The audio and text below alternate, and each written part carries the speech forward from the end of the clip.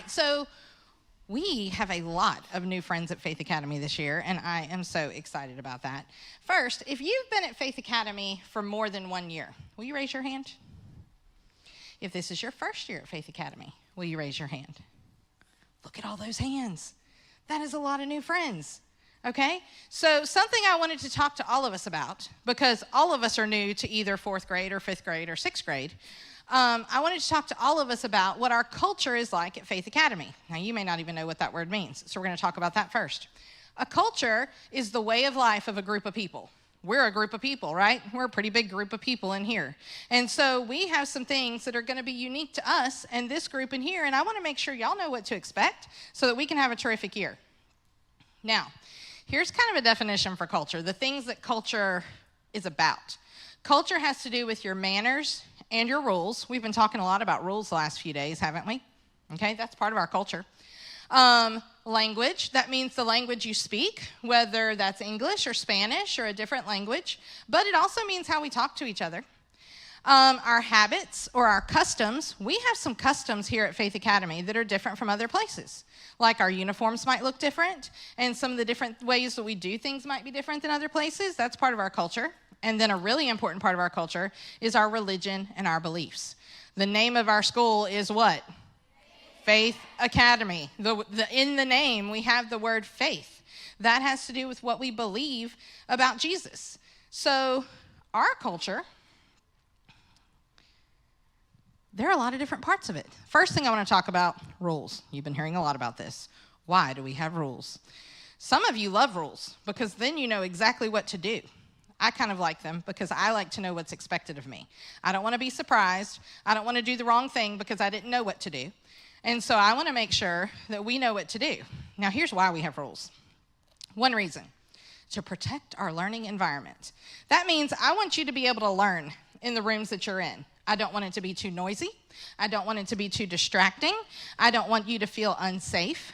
So we've got to have some rules to protect our learning environment. The other reason we have rules, this is really important, is to protect you. I want to make sure that we do everything that we can to protect you, not just physically, but also in a lot of other ways too. So, our culture is Christ-centered. Like I said, what's the name of our school? Faith Academy. So, because our culture is Christ-centered, this means that the way that we live and interact is based on ideas from the Bible. Jesus gave us a really simple way to think about how we treat others. I love this verse. So whatever you wish that others would do to you, do also to them. That means treat other people the way you want to be treated. If we did that, that would make life a lot better for everybody. You treat other people the way that you want to be treated. Think about what that means. So here are a couple. I'm going to go over 5 things today that are really, really important parts of our culture. Number 1, in our culture here at Faith Academy, we're obedient. That means that we obey the first time that an adult asks us to do something. We do it quickly, and we do it with a good attitude, even if it's a rule we don't like. For example, some of you may not like the rule that you can't have your cell phone out at Faith Academy. You're not supposed to have it out in the cafeteria. You're not supposed to have it out walking around before school. I really would love for you to leave it at home and not bring it to school at all. There's a reason for that. The reason for that is we're trying to protect you. We're trying to protect you from people saying really unkind things to you. We're trying to protect you from seeing things that maybe you shouldn't see. We're trying to keep you safe, and we're trying to protect you from distractions. We've probably all had things happen that have been distracting. If you have a cell phone at school, it has to go inside a yonder pouch when you get to your homeroom, and it's got to stay locked inside there for the whole day. Your teachers have told you that, but I want to make sure that I'm saying it too. And you don't get to have it out before school. You don't get to have it out after school, okay? It stays put away and turned off at all times. Now, here's a Bible verse that kind of goes along with some of the things that we've been talking about. Whoever listens to discipline shows the way to life, but whoever ignores correction leads others astray. We want to make sure that we're developing your leadership skills in the right way, that you're leading people to make the right decisions. Number 2, the next part of our culture that's really important. We're kind and respectful. There's a lot in this that we're going to talk about. We treat other people and their belongings with respect. That means we use kind words and encouraging language. We do not bully or use profanity, that means cuss words, or racial slurs. We do not take, damage, or hide another person's things. We're going to treat other people the way we want to be treated. Now, let's talk for a minute about bullying. Bullying is serious business, and we absolutely do not take it lightly here at Faith Academy. I want to make sure we understand what we're talking about when we say that. Here's what bullying is. Bullying is being mean to someone over and over again. And here are the ways that you might be bullying somebody. Teasing them, talking about hurting them, spreading rumors about them, leaving kids out on purpose, attacking someone by hitting or yelling at them, doing this over and over again. These are all examples of bullying. Now, here's what is not bullying. If I get mad at Miss Digman and I call her a name and she's mad at me and she calls me a name back, we've just had a bad day and we've been unkind to each other and we need a consequence for that, but we did not bully each other. We were both equally mean, okay? Bullying is when somebody's picking on somebody else. There's an imbalance of power. One person is being mean to somebody else and they don't have a way to handle it, basically. If you're being bullied, you need to tell an adult. If you are bullying someone, you need to stop. And so this is something that I wanted to address right away for us to know we're not doing this here. Now, death and life are in the power of the tongue. That's pretty powerful. We've all been hurt by words before. Every one of us has had somebody say something to us that has hurt our feelings. Every adult, every kid in this room has. So we know this verse is true. Words have power. So I want you to choose to use your words to build each other up, to encourage each other. Even if we're joking, we don't need to joke about things that are personal and hurtful. We don't need to joke about the way people look.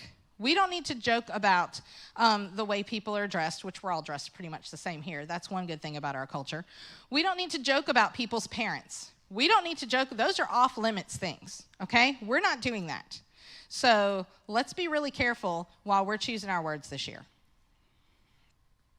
The next thing, we need to be self-controlled. We keep our hands, feet, and all other objects to ourselves. If someone breaks this rule, you tell an adult you do not retaliate.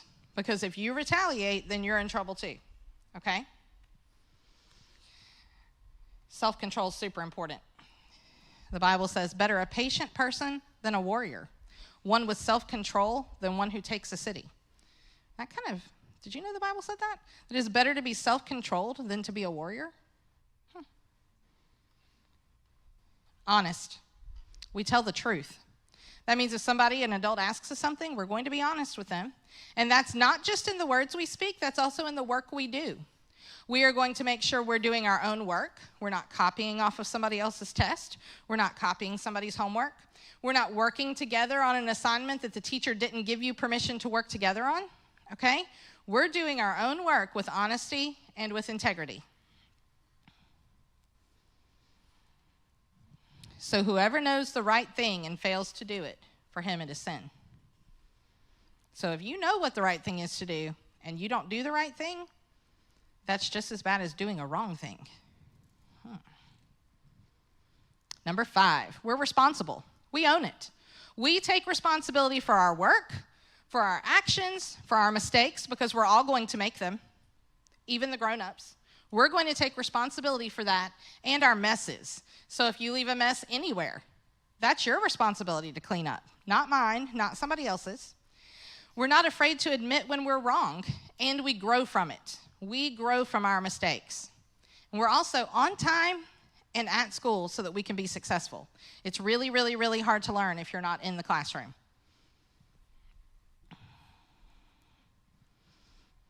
This is a verse we use a lot at Faith Academy. Whatever you do, work heartily as for the Lord and not for men. You're working so that you're not trying to impress God. You're not trying to impress other people. You're trying to do the right thing because it's the right thing. So we want you working hard like you're working for the Lord and not for men. You are a part of our culture. You contribute something that nobody else in the world can contribute. There is no one else like you.